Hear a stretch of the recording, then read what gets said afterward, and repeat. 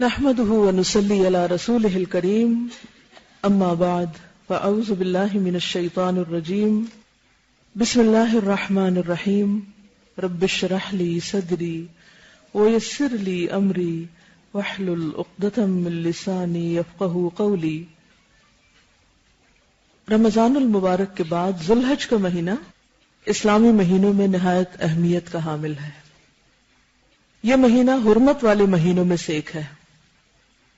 ذوالحجہ کا پہلا عشرہ نیکیوں اور اجر و ثواب کے اعتبار سے عام دنوں کے مقابلے میں بہت ہی اہم ہے، جس کی فضیلت قرآن حکیم اور احادیث سے ثابت ہے۔ قرآن مجید میں اللہ سبحانہ و تعالی نے سورۃ الفجر میں فرمایا والفجر ولیال عشر، قسم ہے فجر کی اور 10 راتوں کی۔ تو بہت سے مفسرین کے نزدیک لیال عشر سے مراد ذوالحجہ کی ابتدائی 10 راتیں ہیں۔ یہی رائے ابن عباس کی ہے۔ ابن عباس کہتے ہیں، صحیح بخاری میں ہے کہ ان معلوم دنوں سے مراد عشرہ ذوالحج کے 10 دن ہیں، اور ان میں خاص طور پر اللہ تعالیٰ نے اپنے ذکر کا حکم دیا ہے، اپنی یاد کا۔ وَيَذْكُرُ اسْمَ اللَّهِ فِي أَيَّامٍ مَّعْلُومَاتٍ۔ ان 10 دنوں میں کیے جانے والے اعمال اللہ تعالیٰ کو دیگر دنوں کی نسبت زیادہ محبوب ہیں۔ رسول اللہ صلی اللہ علیہ وسلم نے فرمایا، کسی بھی دن کیا ہوا عمل اللہ تعالیٰ کو ان 10 دنوں میں کیے ہوئے عمل سے زیادہ محبوب نہیں۔ تو صحابہ نے پوچھا، اے اللہ کے رسول صلی اللہ علیہ وسلم، جہاد فی سبیل اللہ بھی نہیں؟ آپ نے فرمایا، جہاد فی سبیل اللہ بھی نہیں، ہاں مگر وہ شخص جو اپنی جان اور مال کے ساتھ نکلے اور کچھ واپس لے کر نہ آئے۔ ابن حجر کہتے ہیں کہ ذوالحجہ کے پہلے 10 دن سال بھر سے افضل ہونے کی بڑی وجہ ان 10 دنوں میں مسلمانوں کی تمام تر عبادات، مثلا نماز، روزہ، صدقہ اور حج کا جمع کر دیا جانا ہے۔ ان ایام کے علاوہ سال بھر میں کوئی اور موقع ایسا نہیں جس میں یہ تمام مواقع میسر ہوں۔ رمضان میں ہم باقی کام تو کر لیتے ہیں لیکن حج نہیں کر سکتے، لیکن حج کے یہ دن جو ہیں ان میں حج بھی کرتے ہیں، اور اس کے علاوہ روزے بھی رکھ سکتے ہیں، صدقہ بھی کرتے ہیں، قربانی بھی کرتے ہیں، نفل نماز بھی پڑھتے ہیں عام نمازوں کے علاوہ۔ تو اس اعتبار سے یعنی جتنی بھی عبادتیں ہیں وہ سال کے آخری مہینے کے ان 10 دنوں میں سب اکٹھی ہو جاتی ہیں۔ تو اس اعتبار سے یہ عشرہ سب سے زیادہ فضیلت والا عشرہ ہے۔ لیکن رمضان کی آخری 10 راتیں وہ راتوں کے اعتبار سے افضلیت والی، دن یہ افضل ہیں اور راتیں وہ افضل ہیں، کیونکہ ان میں ایک رات ایسی ہے جو 1000 مہینوں سے زیادہ بہتر ہے۔ عشرہ ذوالحج کی فضیلت کی ایک بڑی وجہ یہ بھی ہے کہ ان میں یوم عرفہ ہے۔ عرفہ کا دن وہ ہے جس دن اللہ تعالیٰ نے ہمارا دین ہمارے لیے مکمل کیا۔ اليوم اکملت لکم دینکم واتممت علیکم نعمتی وردیت لکم الاسلام دینا۔ اس دن اللہ تعالیٰ اپنے بندوں کو سب سے زیادہ تعداد میں یعنی عدد کے اعتبار سے جہنم سے آزادی دیتے ہیں۔ مسلم کی حدیث میں ہے، قالت عائشۃ ان رسول اللہ صلی اللہ علیہ وسلم قال ما من يوم اکثر من ان يعتق الله فيه عبدا من النار من يوم عرفہ وانه ليدنو ثم يباهي بهم الملائکہ فيقول ما اراد هؤلاء۔ ام المومنین حضرت عائشہ رضی اللہ تعالی عنہا کہتی ہیں کہ رسول اللہ صلی اللہ علیہ وسلم نے فرمایا، کوئی دن ایسا نہیں جس دن اللہ تعالیٰ اپنے بندوں کو اتنی کثیر تعداد میں آگ سے نجات دیتے ہوں جتنا کہ عرفہ کے دن۔ اس روز اللہ اپنے بندوں کے بہت قریب ہوتا ہے۔ وَأَنَّهُ لَيَدْنُو، قریب آ جاتا ہے، یعنی ویسے تو اللہ تعالیٰ قریب ہے، جب بھی بندہ اللہ کو پکارے دعا مانگے فَإِنِّي قریب، لیکن اس دن اس کی خاص رحمت بندوں پہ نازل ہوتی ہے، اور بندوں کو بھی اللہ کی قربت عام دنوں کے مقابلے میں زیادہ محسوس ہوتی، خصوصاً وہ لوگ جو عرفہ کے میدان میں ہوتے ہیں۔ اور فرشتوں کے سامنے حاجیوں کی وجہ سے فخر کرتا ہے. لَيُبَاهِي بِهِمُ الْمَلَائِكَةُ، اور فرشتوں سے پوچھتا ہے ذرا بتاؤ تو یہ لوگ مجھ سے کیا چاہتے ہیں. حالانکہ اللہ کو خود پتا ہے کہ بندے کیا چاہتے ہیں. تو حج پہ کیا کرنے کے لیے جاتے ہیں؟ کیا چاہتے ہیں؟ گناہ بخشوانے. یعنی اس دن سب سے زیادہ انسان کو کیا فکر ہوتی کہ گناہ بخشے جائیں. اور حج مبرور کس کا حج ہے؟ جو گناہوں سے اس طرح پاک ہو کر آئے جیسے اس کی ماں نے اس کو جنم دیا تھا جس دن، اس دن کی طرح. پھر اسی طرح عرفہ کے دن آپ صلی اللہ علیہ وسلم نے وہ مشہور خطبہ بھی دیا جو خطبہ حجۃ الوداع کے نام سے مشہور ہے، اور اس میں بے شمار بہت ہی عمدہ قسم کی نصیحتیں اپنی امت کو فرمائیں. بلکہ صرف امت کے لیے نہیں، پوری انسانیت کے لیے وہ ایک زبردست حقوق انسانی کا منشور ہے. انہی دنوں میں یوم النحر بھی ہے، 10واں دن. اس دن قربانی ہوتی ہے، اور یہ قربانی کس کی یاد ہے؟ اللہ کے قرب کے لیے، اللہ کی رضا کے لیے، اللہ کی خاطر یہ قربانی دی جاتی ہے. جیسے کہ قرآن مجید میں آتا فَصَلِّ لِرَبِّكَ وَانْحَرْ، اپنے رب کے لیے نماز پڑھو اور رب ہی کے لیے قربانی کرو. تو غیر اللہ کے نام پہ قربانی نہیں کرنی چاہیے، وہ شرک میں شامل ہو جاتا ہے، اور اس کا کھانا بھی حرام ہے، جیسے مردار کا کھانا یا سور کا کھانا. اس دن کے بارے میں بھی رسول اللہ صلی اللہ علیہ وسلم نے فرمایا، 10ویں دن کے بارے میں، کہ اللہ تعالیٰ کے نزدیک سب سے فضیلت والے دن یوم النحر اور یوم القر 11 ذو الحج قیام منا میں ہے. یعنی منا میں جو قیام کے دن ہے وہ بھی فضیلت والے دن ہے، ایام تشریق، لیکن خاص طور پر یوم النحر اور یوم القر. قر 11ویں دن کو کہتے ہیں اور نحر 10ویں دن کو. اب آپ دیکھیے کہ اللہ تعالیٰ جس کو توفیق دے حج کی، اس کو چاہیے کہ وہ ان دنوں میں حج کرے. اور حج کیونکہ تمام عبادات کو ایک طرح سے جمع کر دیتا ہے، یا حج کے دن، تو اس لیے ہر انسان، ہر بندہ مومن کے دل میں اس کی تڑپ ہونی چاہیے، اور اس کے لیے خصوصی دعا بھی کرنی چاہیے کہ اللہ تعالیٰ ہمیں اپنے گھر بلائے. ابن عمر کی روایت میں ہے، نبی صلی اللہ علیہ وسلم نے فرمایا، غازی اللہ کے راستے میں لڑنے والا، حج کرنے والا اور عمرہ کرنے والا اللہ کے وفد ہیں. یعنی اللہ نے ان کو بلایا ہے، اللہ انہیں بلاتا ہے، وہ اسے قبول کرتے ہیں.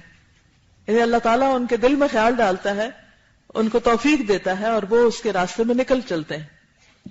وہ اس سے مانگتے ہیں اور وہ انہیں دیتا ہے. گویا حج کے سفر میں صرف عرفہ ہی کا دن دعا کا نہیں، بلکہ جب سے حج کا سفر شروع ہو جائے اس وقت سے دعائیں کرنا شروع کر دینا چاہیے، کیونکہ آپ اب اللہ کے مہمان ہیں اور اب آپ کی دعائیں اللہ سنے گا. لہذا ہم میں سے ہر ایک کو اس بات کی تمنا دل میں رکھنی چاہیے، نیت رکھنی چاہیے، شوق رکھنا چاہیے کہ اللہ تعالیٰ ان دنوں کا سب سے افضل ترین عمل کرنے کی توفیق دے. لیکن اگر کسی وجہ سے آپ نہ جا سکیں تو بھی آپ محروم نہیں. ان دنوں کے خاص اعمال کی طرف توجہ دیں اور ان دنوں کو زیادہ سے زیادہ عبادت میں گزاریں. ان دنوں کی افضل ترین عبادت کیا ہے جو خود نبی صلی اللہ علیہ وسلم نے بتا دی؟ فرمایا، کوئی دن اللہ تعالیٰ کے ہاں ان 10 دنوں سے زیادہ عظمت والا نہیں، اور نہ ہی کسی دن کا عمل اللہ تعالیٰ کو ان 10 دنوں کے عمل سے زیادہ محبوب ہے. پس تم ان 10 دنوں میں کثرت سے تحلیل، لا الہ الا اللہ، تکبیر، اللہ اکبر اور تحمید، الحمدللہ کہو. ان دنوں کا یہ خاص عمل کس نے بتایا؟ نبی صلی اللہ علیہ وسلم نے خود بتایا. امام بخاری بیان کرتے ہیں کہ ان 10 دنوں میں ابن عمر اور ابو ہریرہ تکبیر پکارتے ہوئے بازار نکلتے اور لوگ بھی ان کے ساتھ تکبیرات کہنا شروع کر دیتے. آپ کیا کریں گے؟ تکبیرات پڑھیں گے. کیسے پڑھیں گے؟ دل دل میں اونچے اونچے. کیسے؟ اگر گھر میں ہوں گے تو اونچے اونچے، اور اگر آپ بازار جائیں تو آہستہ. لیکن آپ اپنے بچوں کو سکھا سکتے ہیں، لڑکوں کو خاص طور پر، کہ وہ اسکول میں جا کر یا کہیں پر بھی بلند آواز سے پڑھیں، یا جہاں پر آپ جب اکٹھے ہوتے ہیں اور سب مل کے تکبیر پڑھتے ہیں تو پڑھ سکتے ہیں. لا الہ الا اللہ کا پڑھنا، کیونکہ اس میں سب سے پہلے تحلیل کا ذکر ہے، لا الہ الا اللہ کا پڑھنا، یعنی آپ یہ تکبیرات بھی پڑھ سکتے ہیں اور اس کے علاوہ کثرت سے کیا پڑھ سکتے ہیں؟ لا الہ الا اللہ۔ حدیث میں آتا ہے کہ اگر 7 آسمان اور 7 زمینوں کو ترازو کے ایک پلڑے میں رکھا جائے اور لا الہ الا اللہ کو دوسرے پلڑے میں، تو لا الہ الا اللہ کا پلڑا جھک جائے گا، کیونکہ اس میں اللہ کی وحدانیت کا اظہار ہوا ہے۔ یہ سب سے خوبصورت کلمہ ہے۔ اور اگر 7 آسمان اور 7 زمینیں ایک بند کڑے کی شکل اختیار کر لیں تو لا الہ الا اللہ اس کو بھی توڑ دے گا، یعنی اتنا مضبوط ہے یہ کلمہ۔ العروۃ الوثقی لا انفصام لها، یہ کیا ہے؟ اللہ کو تھامنا، اللہ کی وحدانیت کا اقرار کر کے، یہ ہر چیز سے بھاری چیز ہے۔ پھر اسی طرح لا الہ الا اللہ جب انسان کے دل پہ کوئی گھبراہٹ ہو، کوئی غم ہو، کوئی خوف ہو، تو اسے کثرت کے ساتھ لا الہ الا اللہ پڑھنا چاہیے۔ 7 دفعہ پڑھیے، لا الہ الا اللہ، لا الہ الا اللہ، لا الہ الا اللہ، لا الہ الا اللہ، لا الہ الا اللہ، لا الہ الا اللہ، لا الہ الا اللہ۔ کیسا فیل ہو رہا ہے؟ دل کی کیفیت بدلتی ہے نا؟ آپ تجربہ کر کے دیکھ لیجیے۔ کسی وقت شیطان آپ کے دل میں وسوسہ ڈالے، کیونکہ شیطان کا مقابلہ کون کرے گا؟ اللہ ہی کرے گا، اللہ ہی کر سکتا ہے، ہم سے نہیں ہوتا، ہم کمزور ہیں۔ تو اس کا توڑ لا الہ الا اللہ میں ہے۔ جس وقت کو خوف دلائے، پریشان کرے، کسی بھی چیز کے بارے میں، مستقبل کے بارے میں، اولاد کے بارے میں، لوگوں کے بارے میں، کہ وہ تمہارا حاسد ہے، وہ تمہیں نقصان دے گا، وہ فلاں تمہارے لیے ایسا کر دے گا، ویسا کر دے گا، نہیں، کسی چیز سے پریشان ہونے کی ضرورت نہیں۔ فوراً کیا کرنا شروع کریں؟ لا الہ الا اللہ، لا الہ الا اللہ۔ اسی طرح اللہ اکبر، اللہ اکبر، اللہ اکبر۔ حضرت ابو ہریرہ سے روایت ہے کہ ایک آدمی رسول اللہ صلی اللہ علیہ وسلم کے پاس آیا، وہ سفر کا ارادہ رکھتا تھا، تو اس نے کہا، اے اللہ کے رسول، مجھے وصیت کیجیے کہ میں جا رہا ہوں کہیں، مجھے وصیت کیجیے۔ اکثر لوگ یہ کہتے ہیں نا کہ اچھا اب ہم جا رہے ہیں، ہمیں کوئی وصیت کر دیجیے۔ آپ نے فرمایا، میں تمہیں اللہ کا تقوی اختیار کرنے اور ہر بلند جگہ پر اللہ اکبر کہنے کی وصیت کرتا ہوں۔ تو خصوصاً جب آپ بلندی کی طرف جا رہے ہو، تو جب انسان اوپر کو جا رہا ہوتا ہے نا کسی بھی اعتبار سے، تو اس کے سر پہ اپنی بڑائی کا بھوت سوار ہونے لگتا ہے کہ میں بڑی چیز ہوں، اس لیے مجھے بڑی کامیابیاں مل رہی، یا میں بڑے بلند مقامات پہ جا رہا ہوں، اونچا چڑھ رہا ہوں۔ تو خواہ جہاز اوپر جائے یا گاڑی اوپر جائے یا آپ خود سیڑھیاں چڑھ کے اوپر جا رہے ہو، ایک ویسے بھی روحانی طور پر کوئی ترقی آپ کو نصیب ہو رہی ہو، تو آپ اس وقت فوراً کیا کہیں؟ میں بڑی نہیں، کون بڑا ہے؟ اللہ اکبر، اللہ سب سے بڑا ہے۔ حضرت نعمان سے روایت ہے کہ رسول اللہ صلی اللہ علیہ وسلم نے فرمایا، تم لوگ اللہ کی عظمت کا جو ذکر کرتے ہو، یعنی لا الہ الا اللہ، تسبیح، تحلیل اور تحمید کے الفاظ کہتے ہو، وہ عرش کے گرد چکر لگاتے ہیں، یعنی ہماری یہ تسبیحات کہاں تک پہنچتی ہیں؟ عرش تک، اور پھر اس کے ارد گرد چکر لگاتے ہیں یہ کلمات، اور ان کی ایسی بھنبھناہٹ ہوتی ہے جیسے شہد کی مکھیوں کی بھنبھناہٹ۔ وہ اپنے کہنے والے یعنی ذکر کرنے والے کا اللہ کے دربار میں ذکر کرتے ہیں۔ کیا تم نہیں چاہتے کہ اللہ کے دربار میں تمہارا ذکر ہوتا رہے؟ فاذکرونی اذکرکم واشکروا لی ولا تکفرونی۔ بڑی دھیمی آواز میں اللہ اکبر، اللہ اکبر، لا الہ الا اللہ، واللہ اکبر وللہ الحمد۔ حضرت ابو ہریرہ رضی اللہ عنہ سے روایت ہے کہ رسول اللہ صلی اللہ علیہ وسلم نے فرمایا، سبحان اللہ والحمد للہ ولا الہ الا اللہ واللہ اکبر باقی رہنے والی نیکیاں ہیں۔ وہ آتا ہے نا والباقیات الصالحات، تو وہ کیا چیزیں ہیں؟ کہیے سبحان اللہ والحمد للہ ولا الہ الا اللہ واللہ اکبر۔ سب کہیں سبحان اللہ والحمد للہ، سبحان اللہ والحمد للہ ولا الہ الا اللہ واللہ اکبر۔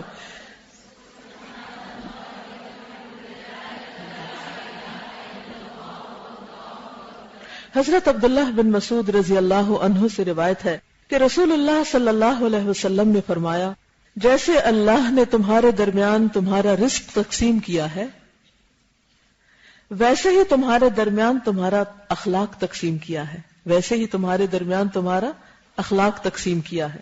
آپ نے دیکھا ہوگا کچھ لوگ بہت ہی بااخلاق ہوتے ہیں اور کچھ لوگ بس درمیانی درجے اور کچھ تو گئے گزرے۔ اور بے شک اللہ تعالیٰ مال اس کو بھی دیتا ہے جس سے محبت کرتا ہے، یعنی ضروری نہیں کہ جس کے پاس مال ہے وہ اللہ کا ناپسندیدہ ہے، اللہ کے پسندیدہ بندوں کے پاس بھی مال ہو سکتا ہے، اور اس کو بھی دیتا ہے جس سے محبت نہیں کرتا، یعنی مال دونوں طرح کے لوگوں کو دیتا ہے، مگر ایمان صرف اس کو دیتا ہے جس سے محبت کرتا ہے، ایمان اس کو دیتا ہے جس سے وہ محبت کرتا ہے۔ تو جو بچائے اپنے مال کو خرچ کرنے سے، یعنی اس کے دل میں پھر یہ ہو کہ ہے خرچ کرنے سے کم ہو جائے گا، نہ خرچ کر پائے، اور دشمن سے مقابلہ کرنے سے ڈرتا ہو، اور خوف کھائے رات سے کہ وہ پریشان کرے گی، یعنی رات کے اندھیرے سے اس کو ڈر لگتا ہو، وہ شخص اس قول کی کثرت کرے، کیا؟ لا الہ الا اللہ سبحان اللہ والحمد للہ واللہ اکبر۔ کہیے لا الہ الا اللہ سبحان اللہ والحمد للہ واللہ اکبر۔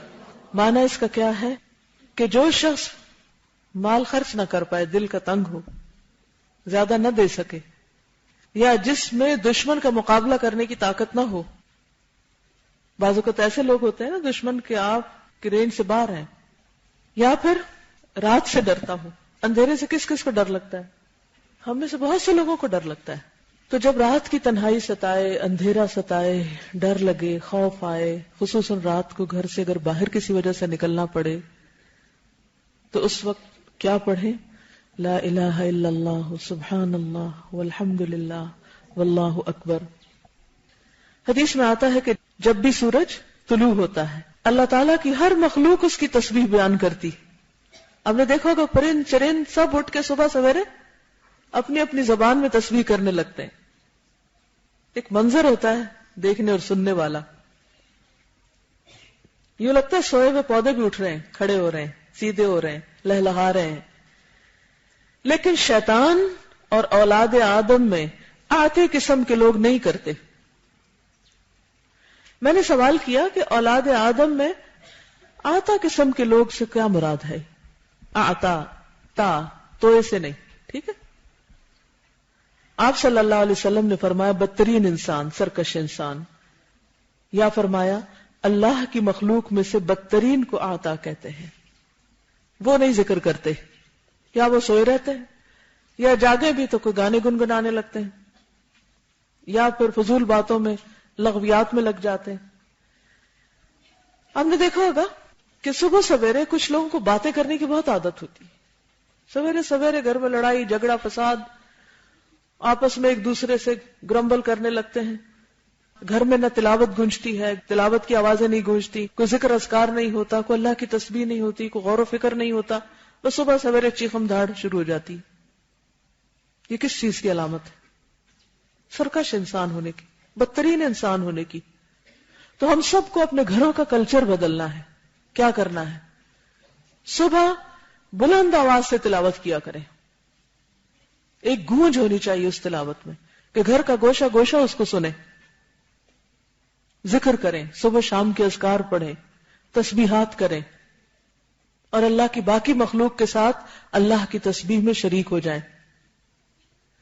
ان دنوں میں خاص طور پر ذوالحج کے جو دن ہیں، ان میں جو پسندیدہ ترین ذکر ہے وہ تکبیرات وغیرہ ہے، لا الہ الا اللہ ہے۔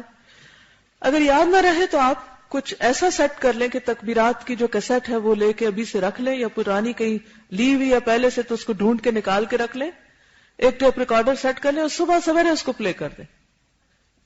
پھر اسی طرح اگر آپ کے پاس انٹرنیٹ کی سہولت ہے تو آپ کیا کر سکتے ہیں کہ لیپ ٹاپ کے اندر آپ یوٹیوب سے یا کسی بھی جگہ سے حرم کی تکبیرات یا مختلف طرح کی تکبیرات ان کو ڈاؤن لوڈ کر لیں، الہدا کی ویب سائٹس پہ بھی ڈالی ہوئی ہیں، تو آپ ان کو کلک کر دیں اور وہ چلا دیں۔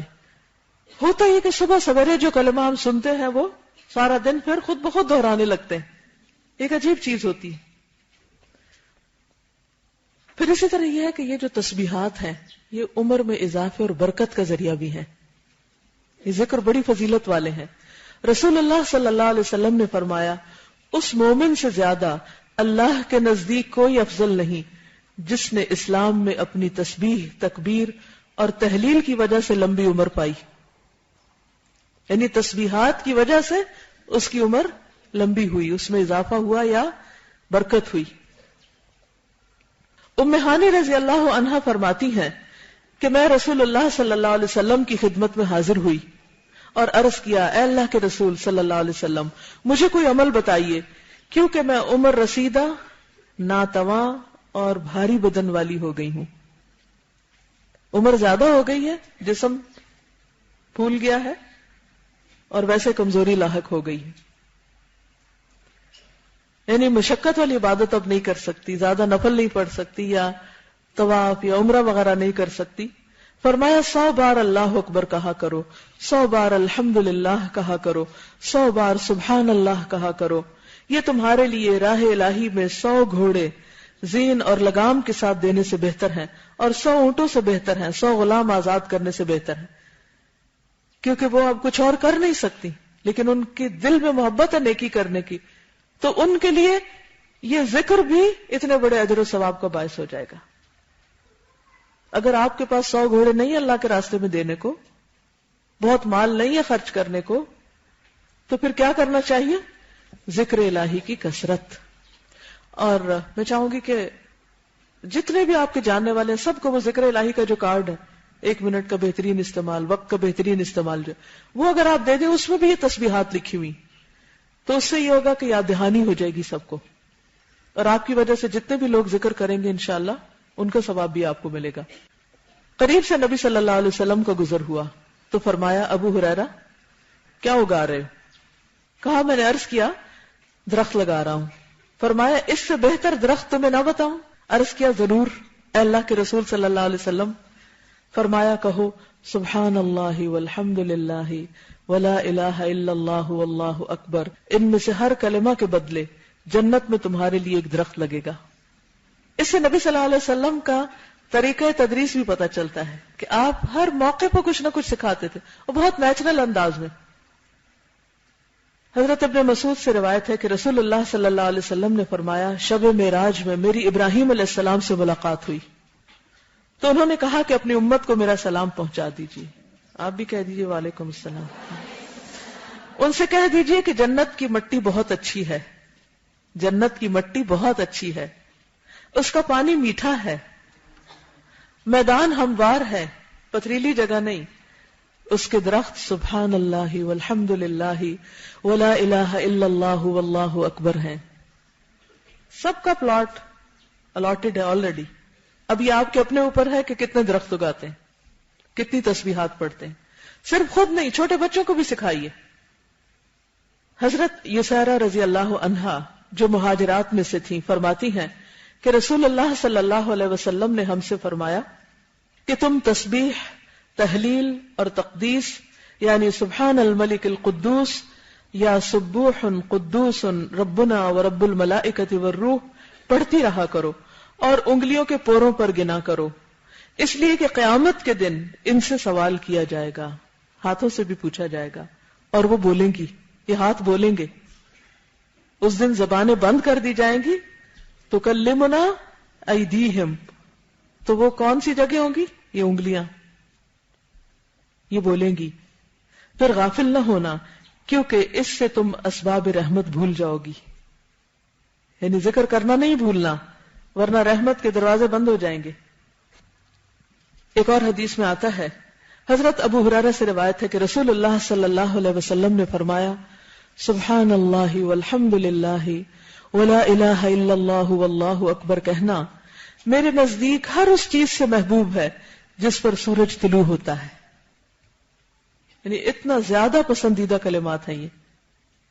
حضرت ابو ہریرہ رضی اللہ عنہ سے روایت ہے کہ رسول اللہ صلی اللہ علیہ وسلم نے ارشاد فرمایا جو آدمی صبح اور شام 100 مرتبہ سبحان اللہ وبحمدہ، بس اتنے 3 لفظ ہیں، کہیے سبحان اللہ وبحمدہ سبحان اللہ وبحمدہ سبحان اللہ وبحمدہ، یہ کلمات پڑھتا ہے قیامت کے دن کوئی اس سے زیادہ افضل عمل نہیں لا سکتا سوائے اس کے جس نے اس کے برابر یا اس سے زیادہ پڑھا ہو. یعنی اس کی پابندی کیجیے، صبح اور شام وقت نکال کر ایک ایک تسبیح بس ان 3 لفظوں کی، سبحان اللہ و بحمدہ، سبحان اللہ و بحمدہ، پڑھنا نہ بھولیے. حضرت ابو ہریرہ رضی اللہ عنہ سے روایت ہے کہ رسول اللہ صلی اللہ علیہ وسلم نے فرمایا، کیا میں تمہیں اللہ کے نزدیک سب سے زیادہ پسندیدہ کلام کی خبر نہ دوں؟ میں نے عرض کیا، اے اللہ کے رسول صلی اللہ علیہ وسلم، آپ مجھے ضرور خبر دیں.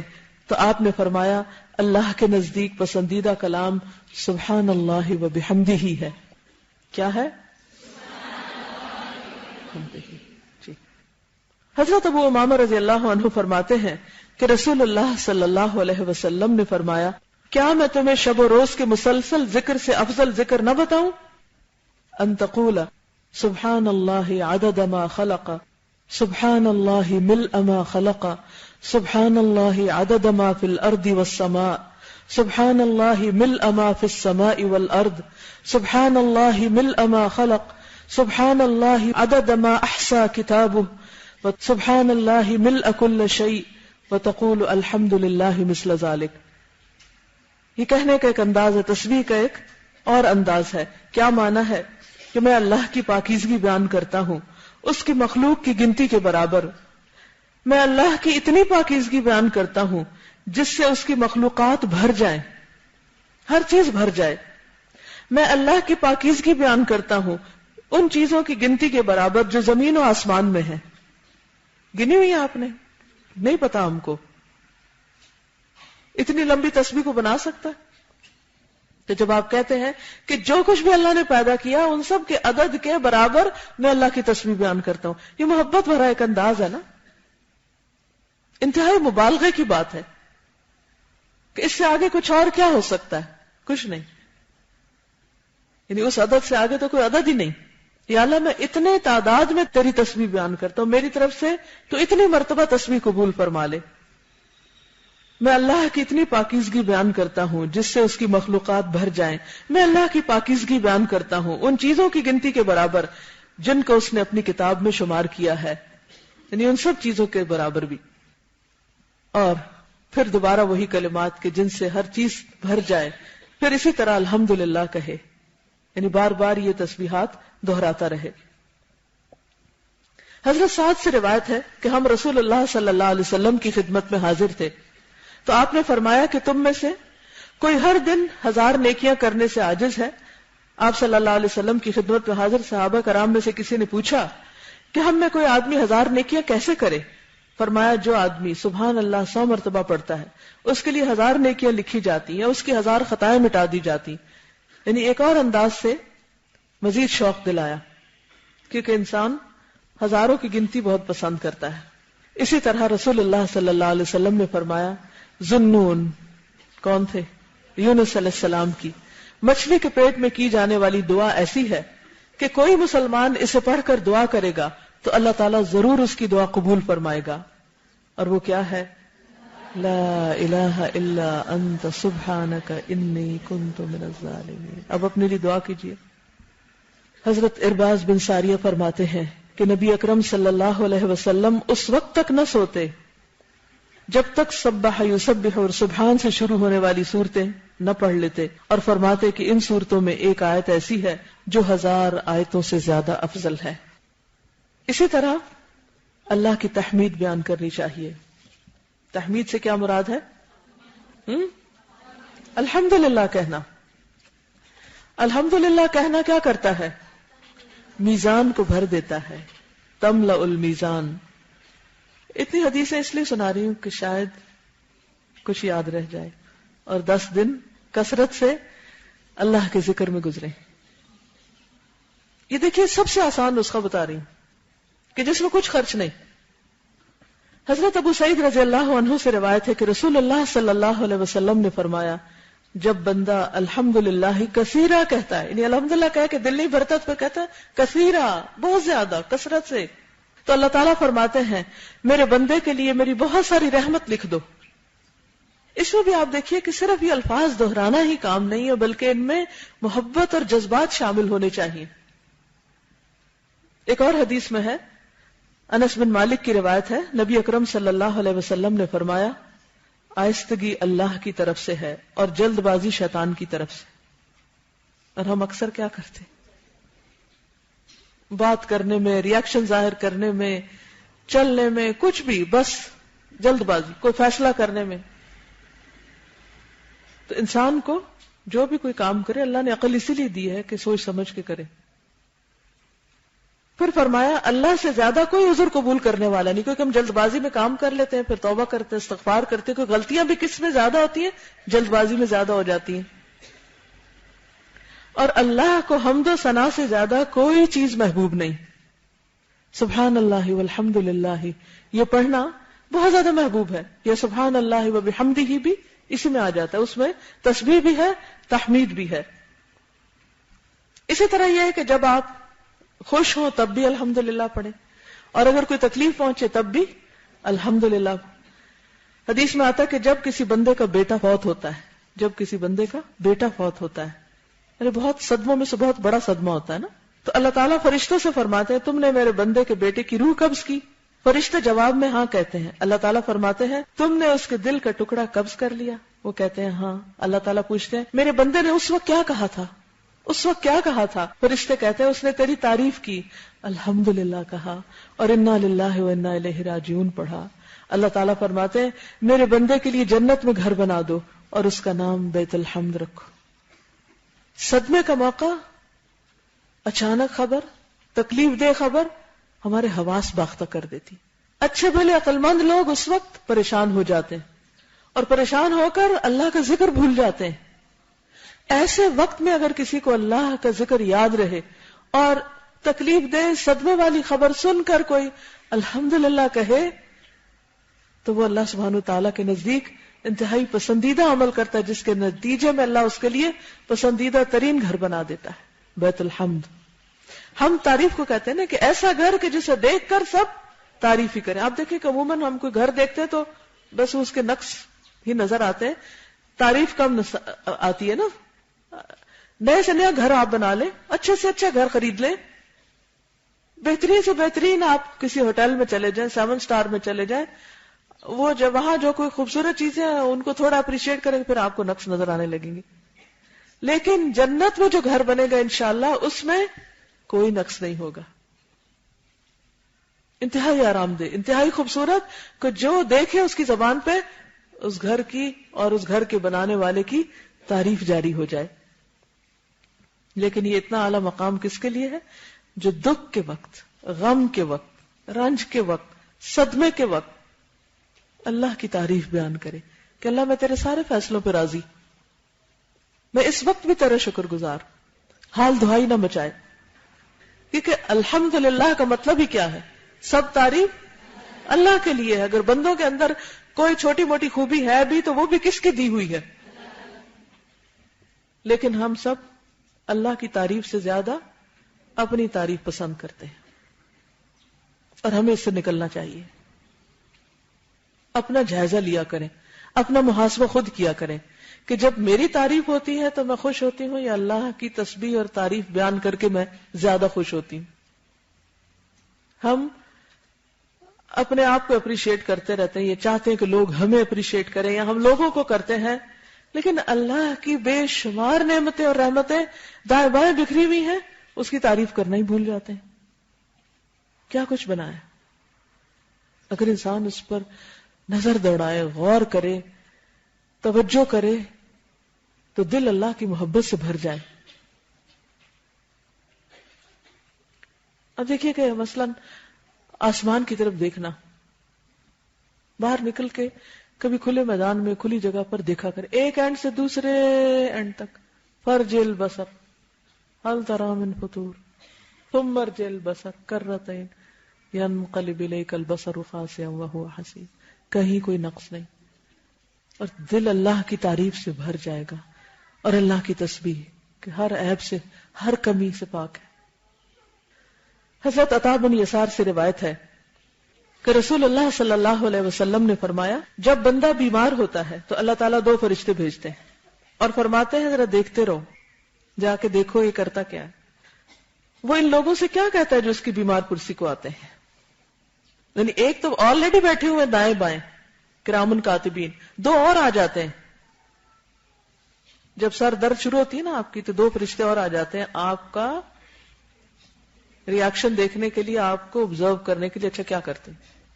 اچھا لوگوں کے بارے میں تم بہت کانشیس ہوتے ہیں. اچھا کوئی دیکھ تو نہیں رہا، آپ ذرا سمٹ کے سیدھے ہو کے بیٹھ جائیں، کوئی دیکھے گا تو کیا کہے گا اس کو، کیا کہہ رہے ہیں. یا کوئی بات کر رہے ہوتے ہیں تو جب پتا ہو کہ کوئی سن رہا ہے تو پھر جلدی سے کانشیس ہو جاتے ہیں، ورنہ پرواہ نہیں کرتے.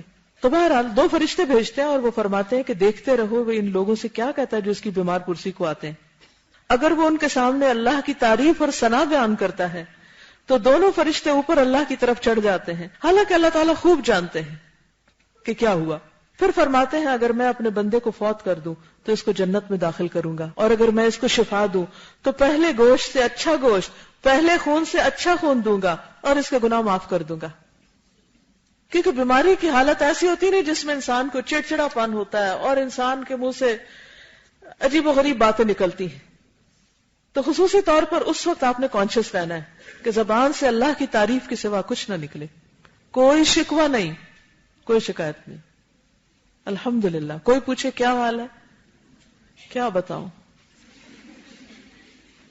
اور پھر شروع ہو جاتے ہیں کہانی اور خوب بیزار کرتے ہیں لوگوں کو اپنے بیماریاں سنا سنا کے. تو کیا کہنا چاہیے؟ الحمدللہ، شکر اللہ کا. جب ام سلیم کا بیٹا فوت ہوا اور شوہر نے آ کے پوچھا کہ بیٹے کا کیا حال ہے تو کیا کہا؟ الحمدللہ، پہلے سے بہتر ہے. یہ وہی کہہ سکتا ہے جس نے اللہ کو پہچان لیا ہو اور اللہ کی قدر پہچان لی کہ اس کا ہر فیصلہ میرے بارے میں بہترین فیصلہ ہے. اور یہ دنیا میں بھی انسان کو فائدہ دیتا ہے. دنیا میں بھی انسان کے اندر ایک شکر گزاری کی کیفیت اور ایک خوشی اور ایک اطمینان کی کیفیت رکھتا ہے، اور آخرت میں بھی. اور قیامت کے دن آخرت میں کیا فائدہ ہوگا؟ فرمایا افضل عباد اللہ یوم القیامت الحمادون. افضل عباد اللہ یوم القیامت الحمادون. قیامت کے دن اللہ تعالیٰ کی بہت زیادہ تعریف کرنے والے حمادون سب سے افضل لوگ ہوں گے، سب سے اوپر درجے پہ پہنچ جائیں گے. عادت کب ڈالنی ہے؟ عشرہ ذی الحج میں. یہ جو اللہ سبحانہ و تعالیٰ ہمیں ہر تھوڑے دن کے بعد ہر کچھ ایک نیا موقع دے دیتے ہیں. رمضان گزرا، اس میں ہم نے کچھ اچھی عادتیں ڈالی، پھر ذرا تھوڑے سے سلیک آف ہوئے، تھوڑی سستی کی، پھر ایک اور موقع آ رہا ہے، پھر کثرت سے ہم اللہ کی طرف رغبت کریں، اس کا ذکر کریں، اس کا شکر ادا کریں، تو آپ دیکھیں گے کہ انشاءاللہ پھر باقی دنوں میں بھی سال کے آپ کو اس چیز کی عادت پڑ جائے گی. اس موقع پر آپ کے لیے عشرہ ذی الحجہ میں کرنے کے کام کے نام سے یہ چھوٹا سا ایک کاغذ تیار کروایا گیا. یہ صرف یاد دہانی کے لیے کاغذ ہے. ایک طرف تکبیریں ہیں اور دوسری طرف کرنے کے کام ہیں. اس کو فولڈ کرنا چاہیں تو فولڈ کر لیں، لیکن فولڈ اس لیے نہیں کرایا گیا کہ یہ سامنے کہیں لگا لیں، فریج پہ لگا لیں، دیوار کسی پہ لگا لیں، کسی بھی جگہ جا کے لگا لیں تاکہ آپ کو یاد دہانی رہے اور آپ بھولے نہیں. اور دوسری طرف جو تکبیرات کا کارڈ ہے، ایک بلو کلر کا ہے نا، تو وہ لے کے وہ ساتھ اس کے لگا لیں، جا کے لگا کے. اور اس کے علاوہ جو آج ہم نے سبحان اللہ و بحمدہ پڑھا ہے یا اور تسبیحات تکبیرات وغیرہ پڑھی ہیں، تو ان کو بھی آپ ساتھ لکھ لیں اور پھر اس کو اتارے نہیں، لگا رہے جب تک آپ کو عادت نہیں ہو جاتی یہ سب کچھ پڑھنے کی. تو ذرا ان کاموں کو ہم دہرا لیتے ہیں کیونکہ عشرہ ذی الحج میں سب سے زیادہ افضل کام تو کرنے کا کیا ہے، جس کی طرف خود نبی صلی اللہ علیہ وسلم نے توجہ دلا دی، وہ کیا ہے؟ ذکر الہی.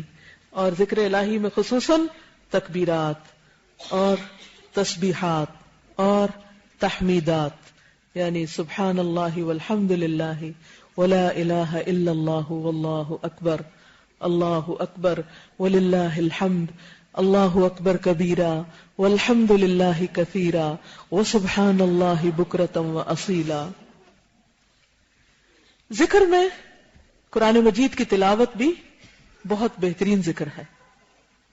اللہ کی کتاب، اللہ کی یاد کا بہترین ذریعہ ہے. لہذا ان دنوں میں آپ نے کیا کرنا ہے؟ معمول سے زیادہ تلاوت کرنی ہے. یعنی اگر آپ ہر روز آج کل ربع پڑھ رہے ہیں تو ان دنوں میں آپ ربع سے زیادہ بڑھا دیجیے حسب توفیق. مثلاً ہاف پارا کر لیجیے, پورا جز کر لیجیے, پورا پڑھتے ہیں تو اس سے زیادہ بڑھا لیجیے, جو بھی آپ کو توفیق. پھر اسی طرح یہ ہے کہ کوشش کریں کہ قرآن مجید کی تلاوت بھی آپ سنتے رہیں, خصوصاً جب آپ کو گھر کا کام کاج کر رہے ہیں. کوئی نئی چیز حفظ ضرور کریں, کوئی چند آیتیں ہی حفظ کر لیں,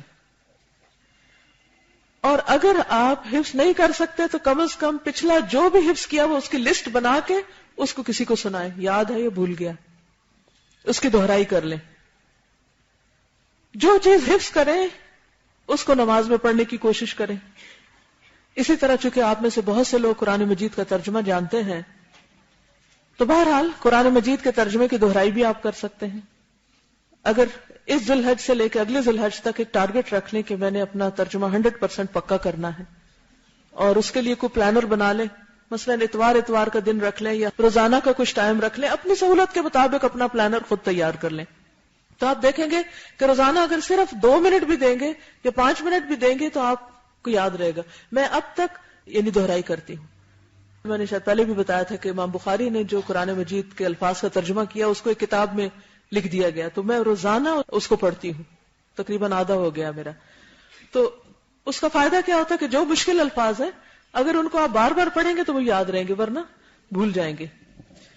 اسی طرح یہ ہے کہ دوسروں کو بھی قرآن مجید پڑھانے کا کوئی سلسلہ شروع کریں, ہفتہ وار درس قرآن شروع کر سکتے ہیں, کسی کو ناظرہ پڑھائیں, کسی بھی طرح آپ لوگوں کو فائدہ پہنچائیں, کیونکہ خیرکم من تعلم القرآن وعلمہ. اسی طرح نماز پڑھنا جو ہے وہ ذکر الہی کا ایک بہت بہترین ذریعہ ہے. اقم الصلاۃ ان الصلاۃ تنہی عن الفحشاء والمنکر ولذکر اللہ اکبر. تو اس کا ایک معنی یہ بھی کیا جاتا ہے کہ نماز اللہ کے ذکر کا سب سے بڑا ذریعہ ہے, کیونکہ آپ سارے کام کاج چھوڑ کے, ہر ایک کو چھوڑ کے اللہ کے پاس پہنچتے ہیں اور وہاں خاموشی کے ساتھ اور دل لگا کر اللہ کو یاد کرتے ہیں. لیکن کم بخت دشمن وہاں بھی پہنچ جاتا اور وہ سب اور ساری باتیں یاد کرواتا سوائے اللہ کے ذکر کے, تو وہاں ہوتے ہوئے بھی اللہ کا ذکر نہیں کر پاتے. تو اس کی طرف بھی آپ نے توجہ کرنی ہے کہ اپنی نمازوں کے اندر خشوع و خضوع پیدا کریں. اول وقت میں نماز کی کوشش کریں اور مسواک کی پابندی کریں. اگر اس ذی الحج میں مسواک کی عادت ہو جائے تو کیا ہی اچھا ہے.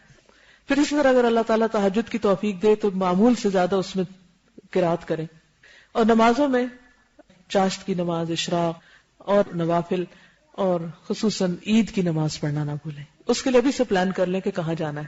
یہ نہ ہو کہ سڑک پر گھومتے ہی اچھا اس مسجد جائیں یا وہاں جائیں, اور لیٹ ہی نہ ہو جائے اور ایک جگہ پہنچے تو ختم ہو جائے, اچھا چلے وہاں چلتے اور وہاں جائیں تو وہاں بھی ختم. تو یہ بہت بڑے اجر سے انسان محروم ہو جاتا ہے اگر وقت پر اس کا بندوبست نہ کرے. عموماً کیا ہوتا ہے, آپ خود تو تیار ہو جاتے ہیں, کیا مشکل ہوتی ہے گھر والوں کی, ان کے ذہن پہلے سے ہی تیار کرنا شروع کر دیں. عید کے دن ہم اتنے بجے نکل جائیں گے, کیونکہ میرا اپنا تجربہ ہے کہ جس چیز کے لیے میں بچوں کو قبل از وقت وارننگ دینا شروع کرتی ہوں, جب وقت آتا ہے تو کچھ ہو ہی جاتا ہے. لیکن اگر عین اس وقت آپ ان کے سر پہ جاؤ شور مچائیں عید کے دن, تو وہ پھر بدمزگی کے سوا کچھ نہیں ہوگا.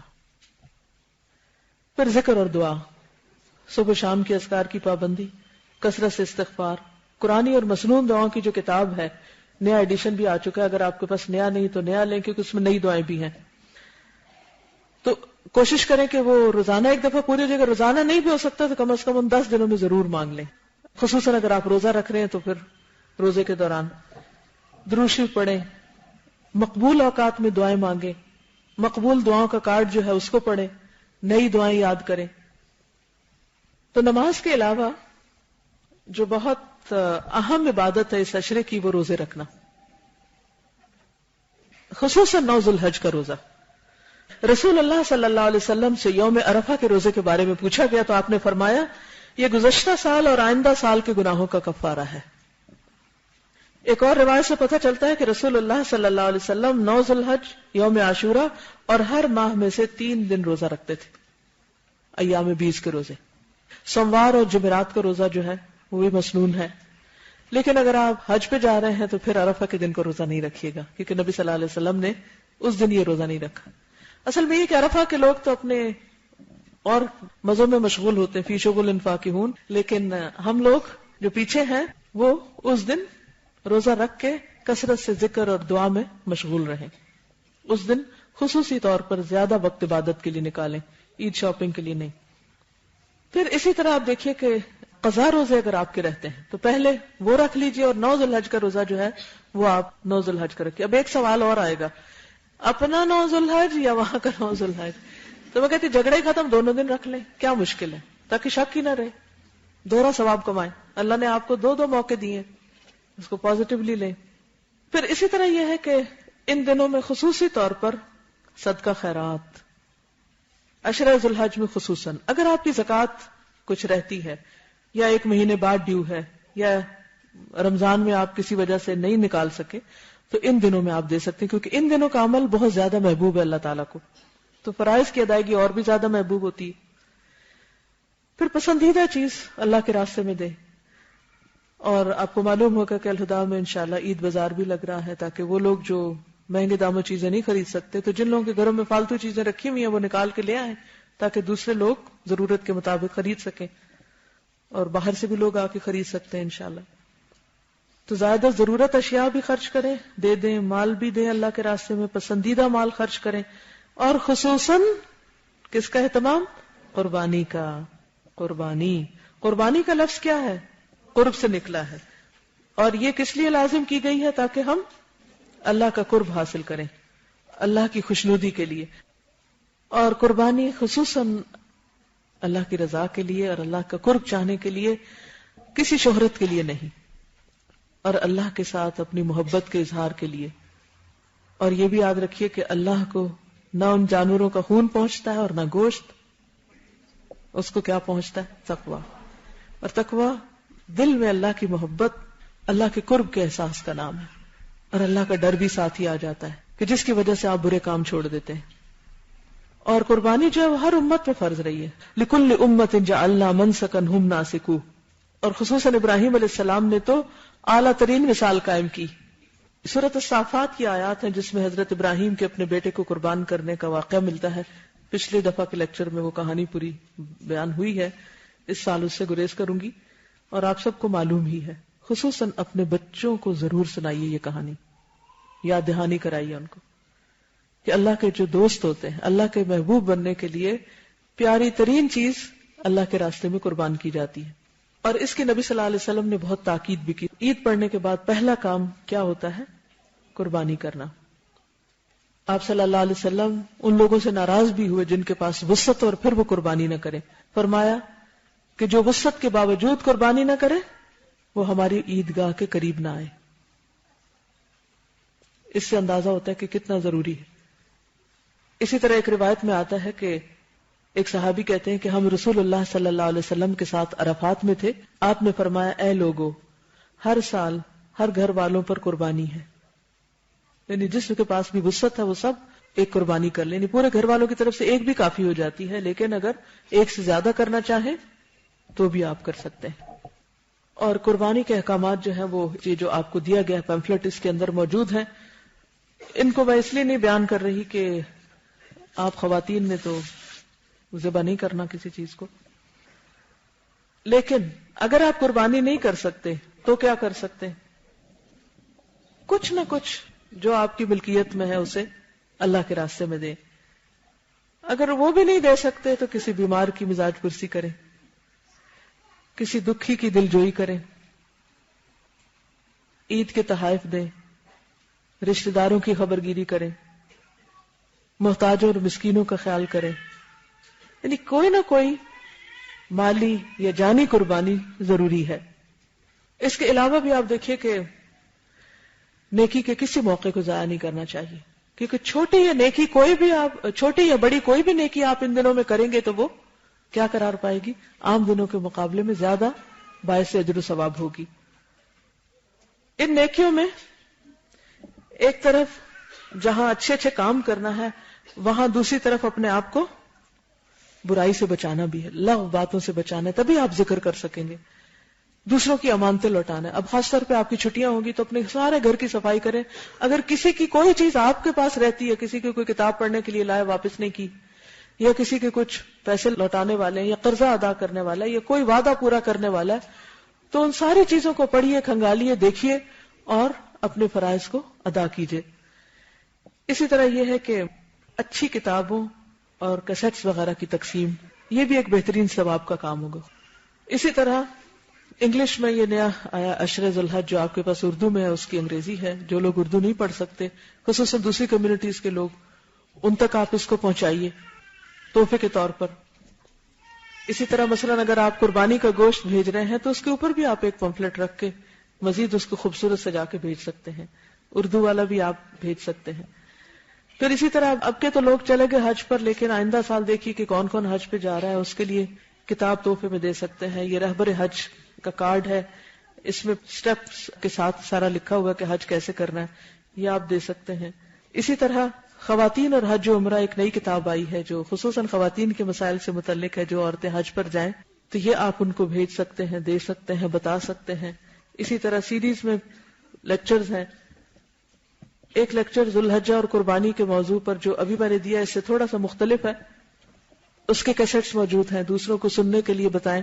کیونکہ عموماً ہمارے یہاں رمضان کا اہتمام بھی ہوتا ہے، محرم میں بھی پتہ چل جاتا ہے محرم آیا، لیکن ان دنوں میں عموماً کیا کہتے ہیں قربانی کی عید، بس بور ہوتے ہیں، کوئی عیدی بھی نہیں ملتی اور سارا دن گوشت ہی کٹتا رہتا ہے، تو وہ اس کی اتنی ویلیو نہیں کرتے اس کو.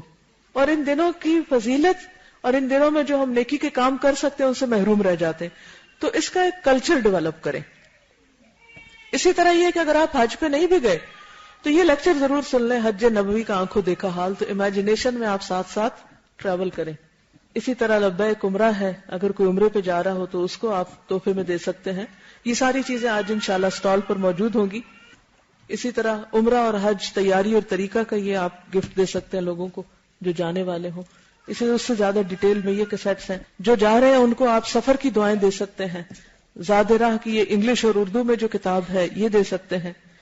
تو نیکی کمانے کے مختلف طریقے اور ذریعے ہیں، آپ اس میں سے جو بھی آپ کو سوٹ کرتا ہو آپ اس کا اہتمام کیجئے. اور اب میں تھوڑا سا وقت سوالوں کے لیے چھوڑوں گی، لیکن اس سے پہلے ایک چھوٹی سی یاد دہانی یہ کرانا چاہوں گی کہ اعمال جو ہوتے ہیں نا وہ دل کے بھی ہوتے ہیں، زبان کے بھی ہوتے ہیں اور سارے اعضاء کے بھی ہوتے ہیں. تو اس سارے لیکچر کو سم اپ کر لیتے ہیں ان 3 کیٹیگریز میں. دل کے اعمال کیا ہیں؟ Actions of the heart. جی، نیت، اللہ پر ایمان، اللہ سے محبت، اللہ پر توکل، اللہ کی طرف بار بار پلٹنا، رجوع کرنا، ہر لمحہ اس کو یاد رکھنا دل میں، اللہ کا تقوی، اللہ سے اچھی امید رکھنا، اچھا گمان رکھنا، اس کی عبادت میں اخلاص رکھنا، اس کے فیصلوں پہ راضی ہونا، مشکل وقت آ جائے تو صبر سے کام لینا، اچھے حالات کے بارے میں پر امید رہنا اور یقین رکھنا کہ اللہ سبحانہ وتعالی بہت اچھا کر سکتا ہے. تو یقین کا کیا معنی ہے؟ اللہ کی ذات پر یقین، کہ جب ہم دعا مانگے تو اس یقین کے ساتھ مانگے کہ اللہ تعالیٰ آپ ہر چیز پہ قادر ہیں، آپ کر سکتے ہیں. تو ان دنوں میں جو ذکر کریں گے، جو دعا مانگیں گے، وہ کیسی دعا ہوگی؟ یقین کے ساتھ مانگی ہوئی دعا. پھر اسی طرح اپنے اندر تواضع اور خشوع لانا، یعنی اللہ سبحانہ وتعالیٰ کے آگے عاجزی کا اظہار کرنا، اللہ سے راضی اور خوش ہونا اور شکر ادا کرنا. یہ سب کچھ کیا ہے؟ دل کے اعمال. تو کوئی بھی عمل ان دنوں میں سارے سال کے دنوں سے زیادہ پسندیدہ اللہ کو. تو سب سے پہلے دل کے اعمال کی طرف توجہ کیجیے. دوسرے کیا ہیں؟ زبان کے. وہ کون سے عمل کرنے آپ نے؟ یہ جو ذکر کی قسمیں آپ کو آج بتائیں، خصوصاً تسبیحات، اور برے باتوں سے اور لغو باتوں سے پرہیز کرنا. یعنی جہاں دل کے اعمال میں اچھے عمل کرنا، وہاں برے اعمال سے بچنا، یعنی بدگمانی بندوں کے بارے میں ہو یا اللہ کے بارے میں، اس کو دور کرنا، اور شکوک و شبہات سے نکلنا، شہوات سے باہر آنا، اور زیادہ سے زیادہ اپنے دل کو اللہ کی طرف راغب کرنا. اسی طرح زبان پر بھی جہاں اچھے اذکار لانا ہے وہاں بری باتوں سے پرہیز کرنا. اسی طرح زبان کے اعمال میں قرآن کی تعلیم بھی ہے، پھر امر بالمعروف اور نہی عن المنکر بھی ہے. اللہ کے دین کی مارکیٹنگ کرنا، لوگوں کو کنونس کرنا کہ وہ اللہ کی باتیں جانیں، سیکھیں. دیکھیے، جاننے والے اور نہ جاننے والے برابر نہیں ہوتے. میں ایک واقعہ پڑھ رہی تھی ایک شخص کا، وہ کسی بات پہ پریشان ہوا اور اس نے خود کشی کے لیے کوئی چیز کھا لی، کوئی دوا کھا لی، اور اس کو پتا تھا کہ میں نے مرنا ہے، تو گیا اپنے کلب کے دوستوں سے ملنے، کلب گیا، وہاں جا کے کہتا ہے کہ مجھے وسکی دے دو اور آخری بار سب مجھ سے مسافہ کر لو کیونکہ آدھے گھنٹے بعد میں مرنے لگا ہوں۔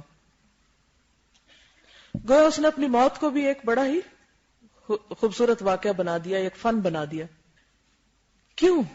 اس کو نہیں پتا تھا کہ ابھی جو آدھے گھنٹے بعد اس نے مرنا ہے اس کے ساتھ ہوگا کیا، خودکشی کی کیا سزا ہے، اللہ کی نافرمانی میں شراب پیتے ہوئے مرنے کی کیا سزا ہے، اور غفلت میں مرنے کی کیا سزا ہے۔ یہ لا علمی ہے نا، تب لوگ ایسے کام کرتے ہیں۔ جس کے دل میں اللہ کی محبت ہو، جو اللہ کو پہچانتا ہو، فَعَلَمْ أَنَّهُ لَا إِلَهَ إِلَّا هُوَ، اس کا علم ہو، دین کا علم ہو، دین کی سمجھ ہو، کیا وہ ایسی حرکت کر سکتا ہے؟ نہیں کرے گا۔ وہ اللہ کی طرف جاتے ہوئے ڈرے گا، وہ زندگی کے ایک ایک لمحے کی قدر کرے گا کہ اللہ نے مجھے موقع دیا، میں کوئی نیکی کما لوں، میں کیوں اپنے آپ کو ختم کروں۔ وہ کبھی بھی خودکشی نہیں کرے گا۔ تو یہ فرق ہوتا ہے جاننے والے اور نہ جاننے والے میں۔ قُلْ هَلْ يَسْتَوِي الَّذِينَ يَعْلَمُونَ وَالَّذِينَ لَا يَعْلَمُونَ، کہہ دیجئے کیا جاننے والے اور نہ جاننے والے برابر ہوتے ہیں؟ کیسے ہو سکتا ہے کہ آپ دین کا علم حاصل نہ کریں اور آپ اپنے آپ کو کوئی فائدہ پہنچائیں؟ روز بھی چیزیں سیکھتے رہیں تو کم ہے، زندگی بہت چھوٹی ہے اور علم کی کوئی انتہائی نہیں۔ مثلا آج جو کچھ ہم نے سیکھا ہے، کیا اس سے پہلے سیکھا تھا؟ نہیں، میرے اپنے لیے بہت سی چیزیں نئی تھی۔ تو علم کی کوئی انتہا نہیں، ہم میں سے کوئی یہ نہیں کہہ سکتا مجھے سب کچھ آگے اور مزید کچھ مجھے سیکھنے کی ضرورت نہیں۔ اب جن لوگوں نے یہ لیکچر نہیں سنا، کیا وہ اس ذوق شوق سے تسبیح کر سکتے ہیں؟ تو ان کو سنوانا، ان کو بتانا بے حد ضروری ہے۔ اگر ہم خود نہیں بتا سکتے تو کوئی کیسٹ لے جا کے کسی کو دے سکتے ہیں، کسی کو کوئی کارڈ دے سکتے ہیں، کسی کو بیٹھ کے ساتھ پڑھوا سکتے ہیں۔ ویسے گھر میں کوئی بزرگ ہیں، آپ کے والد ہیں، کوئی بیمار ہے، ادھر ادھر بچے شور کر رہے ہیں، ان کو ساتھ بٹھا لے کہ چلے ہم سب مل کے تسبیح کرتے ہیں، چلے ہم سب مل کے اللہ کا ذکر کرتے ہیں، ان کو کہلوانا شروع کر دیں۔ تو جاننے والے اور نہ جاننے والے برابر نہیں ہوا کرتے۔ تو اس لیے اس زبان کے ساتھ کیا کیجئے؟ اللہ کے ذکر کے علاوہ اللہ کی باتیں، اللہ کی پسند کی چیزیں دوسروں کو بتائیے، امر بالمعروف کیجئے، نہی عن المنکر کیجئے، قرآن کی باتیں دوسروں تک پہنچائیے۔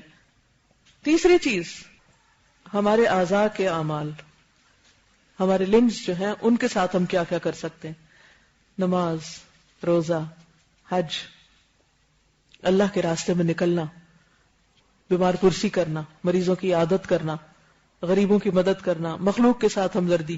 کوشش کیجئے کہ ان چھٹیوں میں کسی نہ کسی بیمار کو ضرور وزٹ کریں، یا ہسپتال جائیں، جا کے مریضوں کی خبر گیری کریں، یا جس کے بارے میں بھی رشتہ داروں میں یا آس پاس ہمسایوں میں پتہ کہ بیمار ہے اس کے پاس خاص طور پر جائیں، اس کو جا کر کوئی ذکر سکھائیں۔ یہی الحمدللہ جو کرنا ہے بیمار کے حال، یہی حدیث سنا کر اس کو الحمدللہ کے اوپر لگا کے آ جائیں۔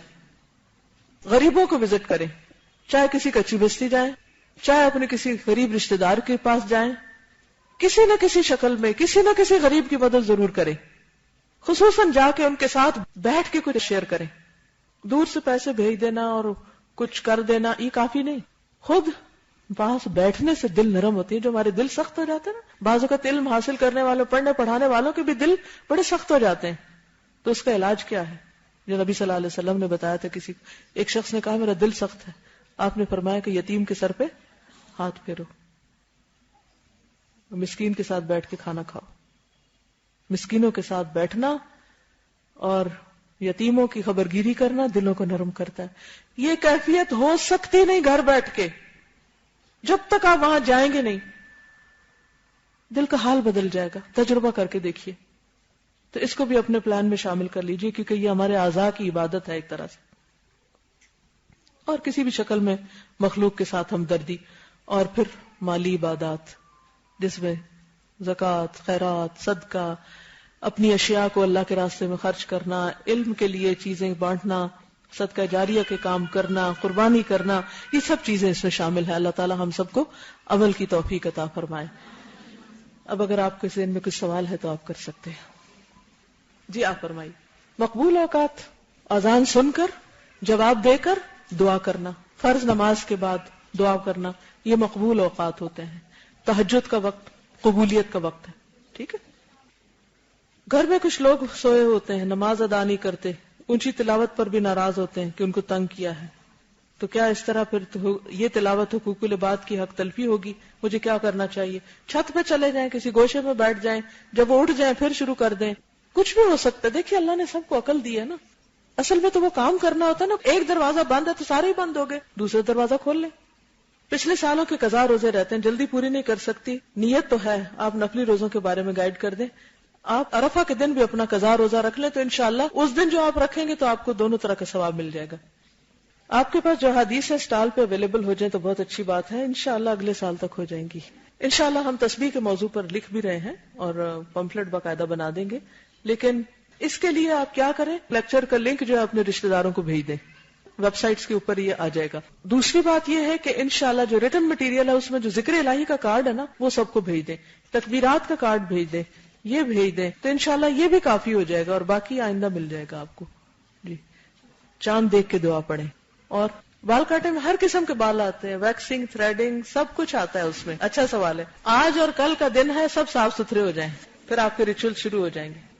باقی یہ ہے کہ اس میں بہت کچھ لکھا ہوا ہے. ایک پیراگراف پڑھے، دوسرا پڑھے، ایک پڑھے.